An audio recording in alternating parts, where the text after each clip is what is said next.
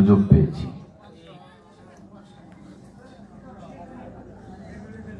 এই সুযোগ আমাদেরকে এনে দিয়েছে আমাদের দেশের ছাত্র ভাইরা, আমাদের দেশের যুবক ভাইরা, শ্রমিক ভাইরা, এবং সর্বোপরি আমরা যে 17 বছর যাবৎ আন্দোলন করেছি আমাদের নেতা তারেক রহমান সাহেবের নেতৃত্বে, সেই সমস্ত নেতৃত্বের ফসল এই 5ই আগস্ট, যার ফলে ফ্যাসিস্ট হাসিনা এই দেশ থেকে পালিয়ে যেতে বাধ্য হয়েছে, যার ফলশ্রুতিতে আজকে আমরা একটা সুন্দর পরিবেশে বসে কথা বলতে পারছি। আমরা আন্দোলন করেছি দীর্ঘ 17টি বছর তারেক রহমান সাহেবের নেতৃত্বে মানুষের ভোটের অধিকার আদায় করার জন্য। আমরা ক্ষমতায় যাওয়ার জন্য আন্দোলন করি নাই। আপনারা যার ভোট যেখানে খুশি সেখানে যেন দিতে পারেন, সেটার জন্য আমরা আন্দোলন করেছি। এই আন্দোলনে আমাদের অনেক ভাই আত্মাহুতি দিয়েছে।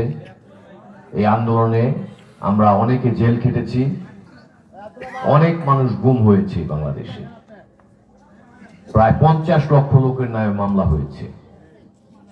সারা বাংলাদেশের সাথে সাথে আমাদের মুক্তাগাছা হয়েছে সবচেয়ে নির্যাতিত এলাকা। আওয়ামী লীগের যারা মুক্তাগাছা নেতা ছিলেন তারা অত্যাচারী নেতা ছিলেন। তারা মানুষের ঘরে ঢুকে মানুষকে নির্যাতন করেছে। তারা নাম যাচাই করে কাদেরকে মামলা দিলে এই মুক্তাগাছাকে শান্ত রাখা যাবে সেটার সর্বোচ্চ চেষ্টা তারা করেছে। তারা কি পেরেছে? এই ময়মনসিংহ দক্ষিণ জেলার ভিতরে সর্বোচ্চ আন্দোলন হয়েছে মুক্তাগাছায়। আপনারাই করেছেন সেই আন্দোলন। দমানো যায় না, কখনোই অত্যাচার করে কাউকে দমানো যায় না।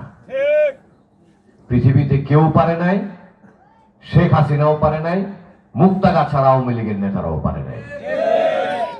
বিএনপি যে জায়গায় ছিল, বিএনপি তার থেকে আরো বেশি শক্তিশালী দল হিসেবে প্রতিষ্ঠিত হয়েছে মুক্তাগাছায়।